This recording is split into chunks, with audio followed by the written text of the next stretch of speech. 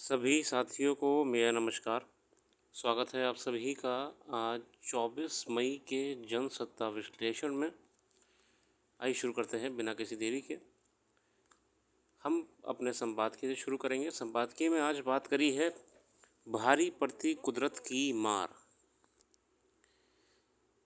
जलवायु परिवर्तन को लेके आए दिन आ रही समस्याओं को इसमें हमारे सामने रखा गया है अनिरुद्ध गौर जी द्वारा।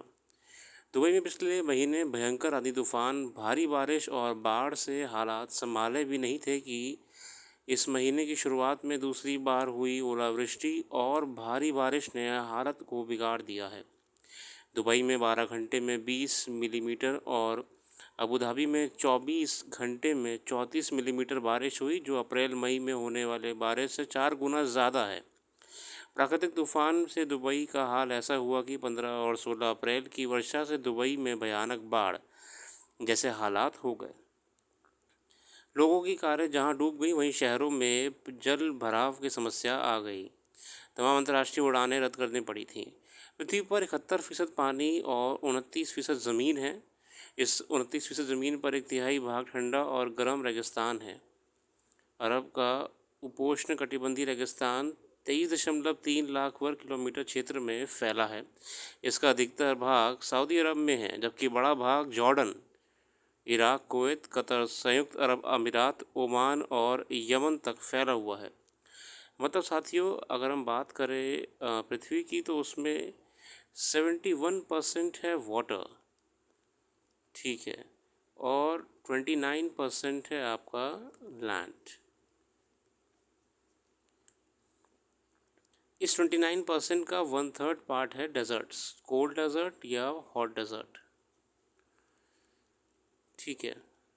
दूसरी बात, सऊदी अरब वाला जो आपका भूखंड है, इसमें जॉर्डन, इराक, कुवैत, कतर, संयुक्त अरब अमीरात, ओमान इत्यादि में ज़्यादातर रेगिस्तान का फैलाव है।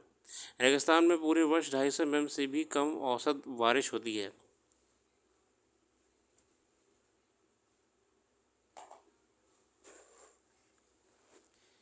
ठीक है। भयानक आंधी तूफान से सऊदी अरब, बहरीन, कतर, ओमान में तबाही मच गई। संयुक्त अरब अमीरात ने रेगिस्तानी शहरों में हरा भरा करने और घटते भूजल स्तर को सुधारने के लिए अक्सर वर्षा में कई बार क्लाउड सीडिंग का प्रयास किया है। साथियों, क्लाउड सीडिंग वो तकनीक होती है जिसके माध्यम से हम बारिश करवाते हैं। मतलब एक प्लेन होता है, अब तो ऑटोमेटिक प्लेन आ गए हैं, ड्रोन जैसे, वो ऊपर जाते हैं आसमान में, नमक छिड़कते हैं या SiO2 कहते हैं, सिलिका और ऑक्साइड छिड़कते हैं, ठीक है, ऐसे छिड़कते हैं। मतलब प्लेन उड़ता जाता है और ये छिड़कता हो जाता है। और वहीं पे प्लेन के पिछले भाग में क्या होता है, दो ऐसे पोल लगे होते हैं और इनके बीच में एक एलिमेंट होता है जिसमें लगातार स्पार्किंग होती रहती है।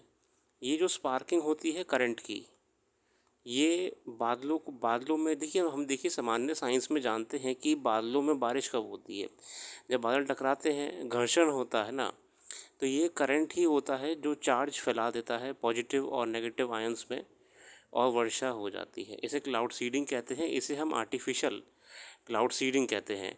कृत्रिम बारिश हिंदी में इसका शब्द है। और कृत्रिम बारिश का विधि विज्ञान इजाद चीन जैसे बड़े देशों ने भी इसका इस्तेमाल करा है। ओलंपिक खेलों में भी इन सब चीज़ों का इस्तेमाल करा है।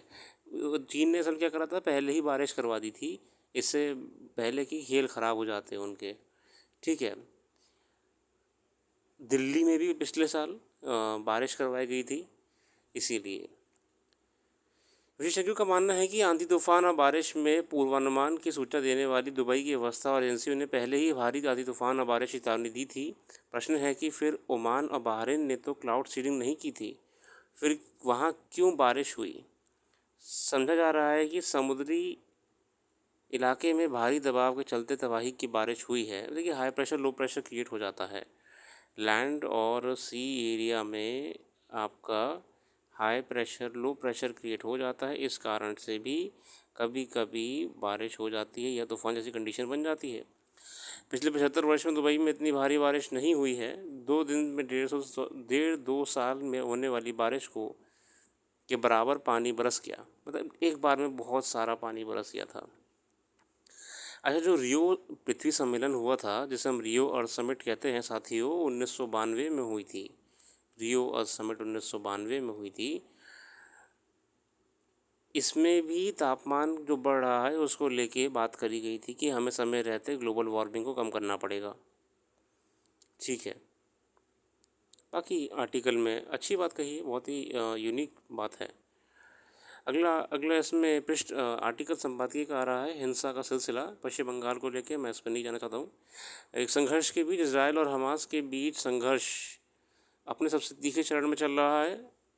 हम जानते हैं कि इजराइल ने बहुत ही एक्टिव रुख अपना लिया है, बहुत ही अग्रेसिव रुख चल रहा है, और इसी को लेके कई देश समर्थन में हैं, कई देश एंटी हो गए हैं। तो it's all part and parcel of diplomacy. बाकी अखबार का अध्ययन आप भी करिएगा। अखबार में बहुत से आर्टिकल अच्छे आए हुए हैं। जैसे कि आपको काम्या, ये असल में एक नेवी ऑफिसर की बेटी हैं, जहाँ तक मैं गलत नहीं हूँ अगर, तो असल में इन्होंने अभी एवरेस्ट पे चढ़ गई हैं ये। ठीक है, और बहुत ही कम उम्र में इन्होंने ये हासिल किया है मुकाम। काम्या कार्तिकेयन नेपाल की ओर से दुनिया की सबसे ऊंची पर्वत चोटी माउंट एवरेस्ट फतह करने वाली सबसे कम उम्र की भारतीय बन गई हैं, है ना। काम्या के पिता भारतीय नौसेना के कमांडर एस कार्तिकेयन, इनके फादर भी नेवी में ही है, नौसेना में। ठीक है ना। तो काम्या असल में इनका जो लक्ष्य है वो है 7 समिट की चैलेंज होता है। विश्व में जितनी टॉप 7 समिट है ना, 7 पहाड़ चोटियाँ हैं, उस पर चढ़ने का इनका लक्ष्य है। इससे पहले ये अन्य चोटी पर चढ़ चुकी हैं, मेरे ख्याल से अकानगुआ में भी चली हैं। ठीक है, तो ये अच्छी खबर है, ये हमारे लिए जानना ज़रूरी है। काम्या कार्तिकेयन के बारे में लिखा है।